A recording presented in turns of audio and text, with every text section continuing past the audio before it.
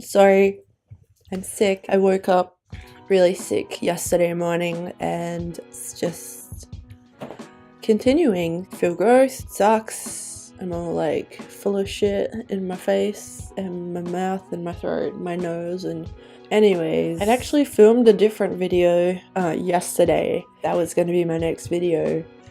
But then last night someone said something to me and I got really frustrated about it and really annoyed about it. And anyways, this person said something to me and I was like, fuck, I hate when people do that. It really frustrates me. And that thing is, so I'm non-binary, meaning I'm not male or female or a girl or a boy. And when you address me as a girl because of the way I look, it makes me really fucking mad and really upset and really just like all the fucking spectrum of shit.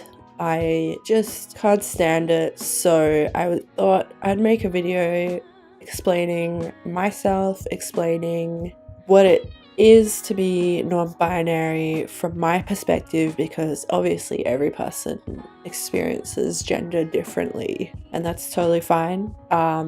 It's a social construct, so you can play with it, you know? I've been looking up questionnaires on the internet and collecting the best questions because I don't want to answer like obvious ones that are usually like in a collection of questions like what is gender, what is cis, what is trans, because like it's 2018, you should kind of be like wrapping your head around that at this stage. And if you haven't, you can fucking Google it, you know? Just Google it. Google it. If you have a question, Google it. I'm sure someone out there has answered your question and you can Google it to find the answer. Oh, wish my throat wasn't so sore. What did I do to deserve to get sick on like the hottest day of spring so far? What was I saying? Gender.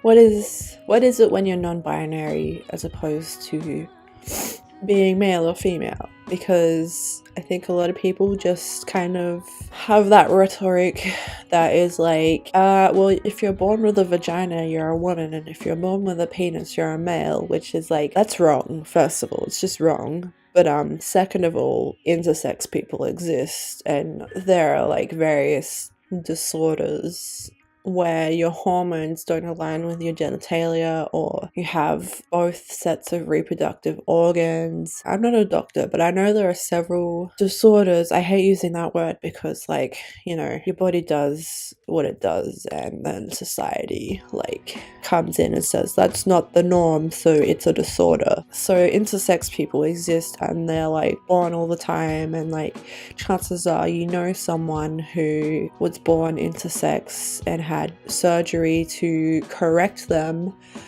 or took hormones at a certain age to correct their hormone imbalance, or no one even knew this person was intersex and they've gone their whole lives with a hormone difference, or something about their hormones doesn't align to the gender norm and they're intersex and they don't even realize it because they have one set of genitalia and they think that because they have that set of genitalia they must be this or that gender. So let's just like say if you don't feel you're female and if you don't feel you're male, then that's okay. Like, your genitalia is not like the be-all end-all of like what gender you are or aren't, you know? Chicks can have dicks, guys can have vaginas, chicks and guys can have both or have different hormones. Doesn't have to be estrogen or testosterone. And then in that, you don't have to be either. You don't have to be either male or female, like, if you don't feel like you are, which I don't. Like, I've struggled my whole life with not being able to conform to the gender I was given at birth. I was a tomboy growing up, and that was a phase that my parents thought I would just grow out of. And then I got to like teenagerhood and peer pressure came and like made me really like strictly conform to like, I'm a girl, I, you know, wear dresses and skirts now and wear makeup and wear my hair a certain way. So anyways, did the whole I'm a girl, I'm a woman. I then in my like 20s still was very much like trying to really push myself to see like how much of a woman I could be. So like in my teenage years, I was still a tomboy, and I would occasionally wear the odd skirt. And it was a really bold thing for me to do at that time, is to wear a skirt. I think I was like 16 the first time I wore a skirt, apart from like my year 7 graduation in primary school. So like I wore a skirt for the first time of my own accord. I don't know. It's kind of silly because clothes obviously don't indicate what you are, but in my mind at that time, wearing a skirt was really bold and really like asserted my like gender. And so then in my 20s, I really like tried to push the envelope a bit more, and I started wearing like dresses all the time and like floral patterns because I was like an emo kid, so I wore a lot of black. So in my 20s I was like color and flowers and pretty dresses and push-up bras to make my boobs look more booby. And I remember like I have this very vivid memory of being like 21, and because I was like still kind of a tomboy who would occasionally dress up like girly, we went to clubs and went to clubs a lot with the friends I was friends with at the time. So that was like my dress up super feminine night. But I was still super tomboy during the day and still didn't really wear skirts like at all. And I would wear dresses here and there. But one time I was getting ready with my friends. We were going to go out to the club, and I kind of like brought some clothes with me and I wasn't feeling the outfit or something like that. I don't remember how it started. And my friends thought it would be like really cool to like dress me up like I was some kind of science experiment. And so they, you know, put together a bunch of their clothes and made me wear them, and they did my hair and they did my makeup. It was very not how I felt comfortable. And so I just kind of put a t-shirt in my bag and was like, you know, this is just in case, like I don't know, like something about it didn't sit with me, and so I just put a t-shirt in my bag just in case I really needed to change clothes. And so I was in this club, we're watching a band, and I just remember the whole room started closing in on me, and I felt like everyone was staring at me, and I felt really uncomfortable in what I was wearing, and I felt really constricted, and I felt like I couldn't breathe, and I started having a panic attack, my first ever panic attack in this club. And I was with my boyfriend at the time, and I was just like, I need to get out of here. Like, I'm around people, I can't breathe, they're taking all the air away from me, like I can't get any air. And I went outside, and he was like, oh, what do you want me to do? What do I do? And I was like, get me some water. And I was just like, I had this like corset thing on, and I was just like, take this off, like I have to take this off. And I put my shirt on, and I was like slipping the corset off from under my shirt because obviously I couldn't expose the world to my boobs. And I just like freaked out, and I was like, I have to go home, I want to go home. I was like, I had the like, and my friends were like, where did you go that night? You just kind of disappeared. And I was like, oh my god, literally thought I was gonna fucking die.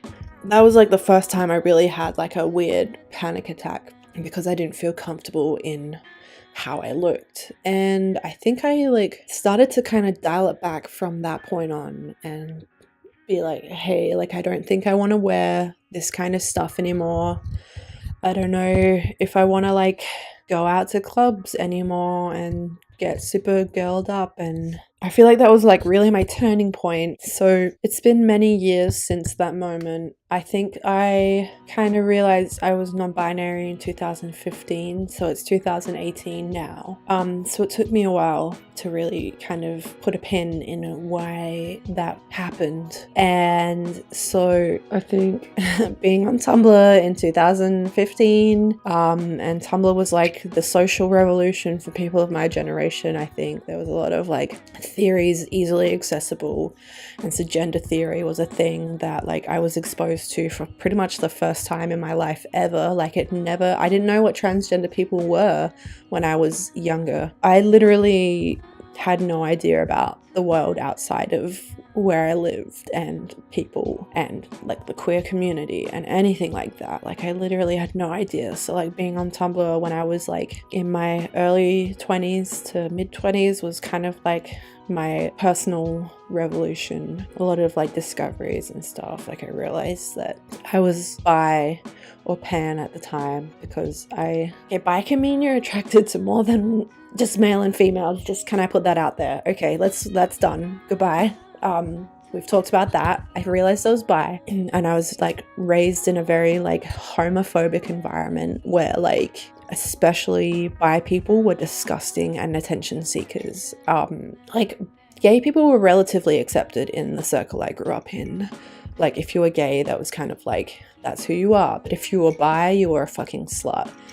Anyways, I realized I was bi. I kind of ditched that fucking biphobic rhetoric. And then I think it took me a little while longer to realize I was non-binary because I was deeply embroiled in like third wave feminism and like, you know, women can be whatever they want to be. They can look however they want to look. Women can be tomboys and they're still women and all that. And so I was really like, I felt like I was betraying womanhood by kind of saying like, maybe I don't want to be a woman. It was like something I dealt with for like, I would say probably a year to 6 months, or 6 months to a year.